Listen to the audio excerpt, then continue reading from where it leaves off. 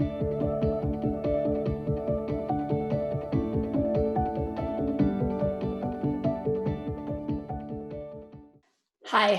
my name is Caitlin Dudas, co-founder and executive director of the Pet Sustainability Coalition. I've been looking forward to this session titled The Quest for Supply Chain Transparency for months now, and I'm so excited that Christy Lewis from Quinn Snacks and Jim Kleinschmidt, founder of Other Half Processing, the primary leather supplier for Timberland Shoe Company, are here to join me. Now, let me explain a little bit about the title of this session and some basic definitions that are going to be helpful. First, traceability. Traceability is the ability to trace an ingredient through the supply chain from farm to shelf. And in order to be able to trace an ingredient, you also need transparency. Now, transparency is the ability to assess accurately what an ingredient is. Spoiler alert, in our quest for supply chain transparency in the pet industry, neither traceability or transparency have been easy to come by. Now, what everyone in this session has in common is that we started the journey by asking questions. We were curious, where did the ingredients come from? Where are materials from?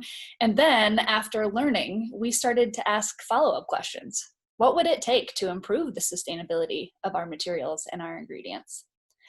Now, I'm not sure if you know this, but the United Nations has predicted that we have only enough topsoil for 60 more harvests. The agricultural system that we rely on for growing vegetables and raising animals for protein is under major stress, and it's entirely unsustainable. However, there is hope. Through regenerative agriculture, there is evidence that we might be able to actually capture enough carbon from the atmosphere and put it back into the soils while also producing ethical and healthy food, both for people and for pets. Now, we hear about our broken food system a lot in the human food world, and that's why we invited both a human food brand with Quinn Snacks, as well as a leather supplier for human shoes, to share more about their supply chain transparency journey. But the pet food industry also has a major role to play in the sustainability of our food and agricultural systems. Now wait, before I get ahead of myself, let me give you some context. If you've been tuning into most of the sessions, you already know that the Pet Sustainability Coalition's mission is to advance business through environmental and social impact. And you also know that we serve now more than 150 brands, retailers, distributors, and suppliers. But the part of the story I haven't explained is when, why, and how as an organization, we started to expand our mission beyond supporting each member company to leading issues like protein sourcing that are far too large for a single company to solve on their own. So let's go back in the story. As we reached about 80 members back in 2018, we recognized that we had this new opportunity as an organization. We suddenly had a membership base that had multiple stakeholder groups at the table. We had suppliers, we had brands, we had retailers, we had distributors, and suddenly this opened up a new opportunity to bring these stakeholders together, to leverage this unique position, and to drive collaborative solutions for the industry. Now, you heard from some amazing collaborative organizations this morning, and those have served as models, and they prove that collaboration around these massive issues is really the only way to achieve solutions at scale. So once we accepted this role to bring collaborative solutions to the table, we had to get really focused around which impacts were the most critical for the Pet Sustainability Coalition to prioritize. The first one we selected is protein sourcing. Why protein sourcing? So in 2017, the University of California released research showing that dogs and cats consume around 25% of the animal-derived calories produced in the United States. And that was the conservative estimate. It was really between 25 and 33%. So as populations of both humans and pets increase, the pet industry has an opportunity to leverage its market power to support improved sustainability performance from farm all the way to bag. Proteins are also the highest impact ingredient by volume, which we learned in early research with our members. So I'm going to show you more on that on the next slide. But the second big sustainability issue PSC is addressing through our leadership is packaging. And you heard a lot about that in our sustainable packaging session yesterday. And be sure to attend our new spring event called Unpacked to learn more about this. Because today I'm just going to focus more on our quest for supply chain transparency. So why as an organization are we starting with proteins? There's lots of ingredients out there. So we did a project with one of our German-based members, Yosera, and it showed that proteins have the highest environmental impact compared to other ingredients. Yosera originally approached PSC to help them evaluate the comparative carbon footprint of their ingredients in order for them to become 100% carbon neutral. Now, if you look at the graph on the right, it compares CO2 impact between animal proteins, plant ingredients, and vitamins and minerals. The green line represents the lamb and rice formula, while the orange line represents insect dog. Another amazing sustainable topic covered earlier yesterday from Ann Carlson at Gymnase. Now, you can see through this graph that animal proteins, regardless of the type, are still the largest impact ingredient category, regardless of whether or not you use a relatively high carbon impact ingredient like lamb or a much lower carbon impact ingredient like insects. So we've narrowed our protein focus even further, even to look at just chicken. Now, why chicken? Chicken is used in 80% of pet foods, and therefore it is the area of focus for us initially, though of course we'll be expanding our work to include other proteins and alternative proteins, like you see here looking at insect. Speaking of chicken, the Global Animal Partnership is exhibiting in the exhibit hall and has recently released what's called the Better Chicken Project, which is all about how to improve the humanity of the chicken supply chain. So you should definitely check out their booth. Okay, so now that the slide you saw, just previously, had a singular focus, and that was on environmental impact, and even more singular, carbon impact. So while environmental impact helped steer us toward a focus on proteins, we quickly found ourselves right in the middle of one of the most controversial and emotionally triggered conversations in our industry, between companies who are defending their claims, advocacy groups that are pushing for reform, consumers expressing concern from a lack of transparency and understandable terms. We soon felt like we're in the middle of a boxing match where there's lots of stakeholders in the ring and everyone's waiting for someone else to screw up so that they can pounce at just the right time. Issues around safety, health, byproducts, human grade, transparency, farm raised, humanely raised, AAFCO labeling, recalls, eco-friendly alternatives, GMOs, and slavery have all made headlines since we began this work back in 2018.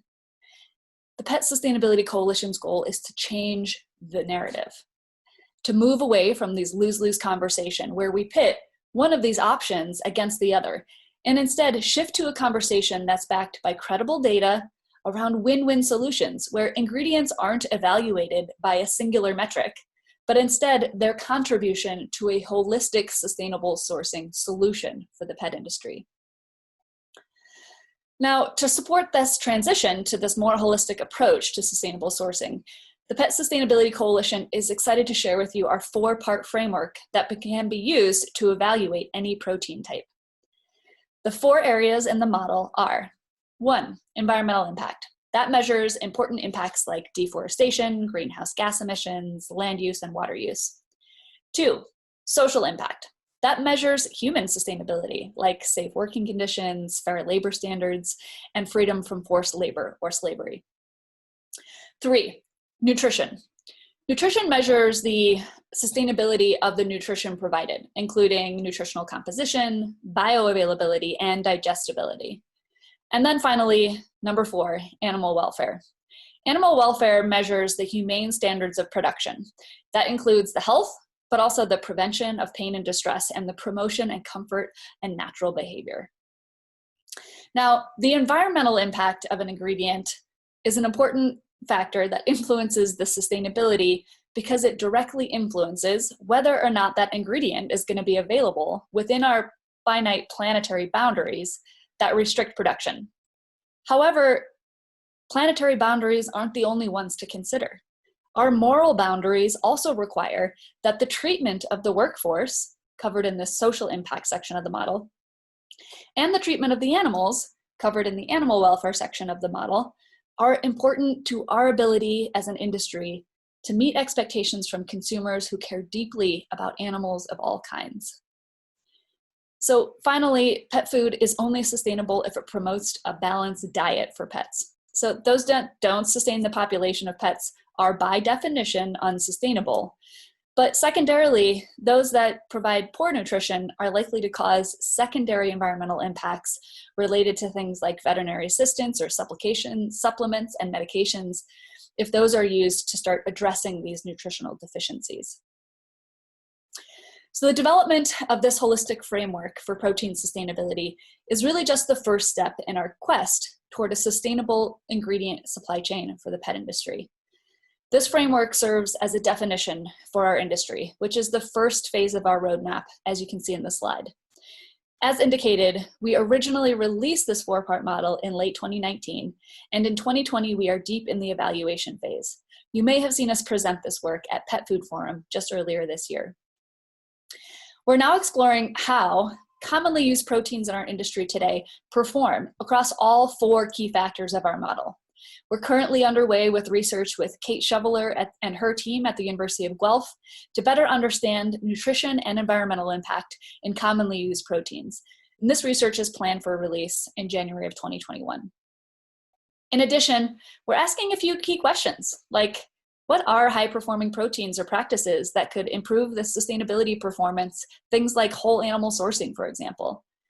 And we also want to know what's the availability of these high-performing sustainable ingredients, and what are the barriers that are restricting their use in the marketplace? These questions are really only answered by understanding the whole supply chain of pet food and treats. We don't have the answers alone, and we're currently partnering with 4 other experts to bring the science-based research to our evaluation phase. Our partners include Iowa State University, who completed the environmental evaluation of common protein types used in pet food, Kronos, who brings animal welfare expertise, the University of Guelph, who's completing our nutritional evaluation, and Sterling Consulting, who's our longtime supply chain partner since we were founded back in 2013. We've got some planned resources to release to this industry. The first is Farm to Fido, which is an illustrated ingredient flow map for the pet industry. The second is the launch of a Sustainable Protein Collaborative, which is a multi-stakeholder working group that will help steer the direction of our industry and organization into the future. We're also releasing the first US chicken supplier and processor map that has ever been created for the pet food industry. And finally, releasing the holistic evaluation of our common protein ingredients according to their performance in all 4 key impact areas outlined in the model. So let me give you a quick sneak peek of our work. And I'm going to move quickly through these next 4 slides that outline who the major players are, what the standards are, and then what the availability of information is according to these 4 factors. Now, why focus on the availability of information? So let's go back to that traceability and transparency definition. Traceability requires that you are able to know where your ingredients are coming from and what practices were used in the farming and or the ranching of that ingredient. So therefore, the ability to access information is a critical component of traceability and transparency. All right, so let's jump in. First, let's look at environmental impact. Standards related to environmental impact of ingredients include the USDA organic certification, non-GMO verification, and the EPA ECHO initiative. And you'll have access to all these slides, so you don't have to read the details under each certification here. But on each slide, what I want you to know is that I put a dial. How available is the information in each area? And this affects the ability of pet food brands and formulators to be able to make real-time decisions toward more sustainable proteins. So accessing information on the environmental impact of a protein ingredient is moderately accessible, and here's why. Life cycle analysis, which many of our member companies are in process with today, they can be costly, but these give you access to databases that have comparative environmental impact on different ingredients. However, environmental impact does span beyond organic, beyond non-GMO, beyond the EPA ECHO program. Those aren't all holistic, and therefore it does take a fair amount of work in order to be able to really compare ingredients across the board for environmental impact. All right, let's talk about social impact. Standards include USDA process verified, and you can also use websites like Good Jobs First to track fines and other issues. And Indeed does track employer reviews. However, there doesn't really seem to be use of a standard like in other industries, like the ISO standard, for example. So most social performance of ingredients is tracked through fines and infringements. And generally, social impact is not very well documented. However, because we are in the US, we comply with generally high standards for social and labor standards. So therefore, we can expect that they are meeting US standards. However, there's stories every year about forced labor, low pay, and no benefits right here on US soil.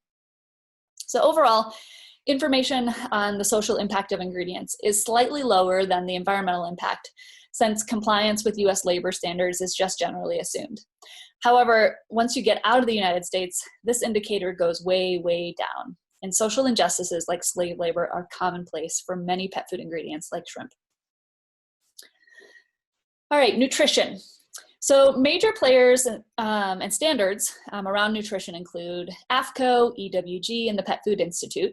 And while there is a standardizing body that defines nutritional standards for pet food ingredients, there's really little agreement in the pet food community about what constitutes proper nutrition or even a standard methodology for nutritional evaluation. On top of that, most nutritional data is proprietary to the brand that conducted the research, and so really little is available in the public domain. The Pet Sustainability Coalition is adopting a methodology that includes bioavailability and digestibility, in addition to raw nutritional composition. Because there's very little publicly available information, we're working with the University of Guelph, a leading veterinary institute, to provide a scientific analysis of common protein types used in pet food. All right, finally, animal welfare. The major players and standards include Animal Welfare Certified, Animal Welfare Institute, American Humane Certified, and the Process Verified program. Now, while there is a growing demand for standards and therefore an increase in the number of standards in the US, there's a lot of variation amongst these standards, and not very many pet food ingredient suppliers are currently using or reporting that information. So therefore, accessibility is pretty low. Seen holistically, it's clear that being able to evaluate a protein according to its environmental, social, nutrition, and animal welfare performance is very difficult, and that this is an issue that will require expertise from our partners and long-term consistent leadership from the Pet Sustainability Coalition to start moving the dial. Now, before I stop talking, so you can also hear from Quinn and other Half Processing about their quest for traceability, I want to mention that how a company chooses to prioritize these 4 factors is up to them. Some brands may choose to focus on animal welfare, while others prioritize things like environmental impact. Different ingredients will perform differently in each of the 4 factors, and that means that each brand will have the flexibility and to prioritize which sustainability factor they want to prioritize and make sure that that is in alignment with their values, while also ensuring health and nutrition for pets. Now, I hope that this short presentation gives you a taste of what happens when you start to ask hard questions. When people ask me, hey, what is PSC doing to advance sustainability for ingredient sourcing? The answer is not simple, and yet it's simple at the same time. We're asking the right questions. We're asking, where do our ingredients come from? How are they being raised? What are the implications to our environment, to the farmers, and to the people who bring these ingredients to market? And what can we do together as brands, as retailers, as manufacturers, suppliers, and processors to ensure that our industry can maintain its ability to feed a growing pet population alongside a growing human population in a way that's trustworthy and ethical? Thank you.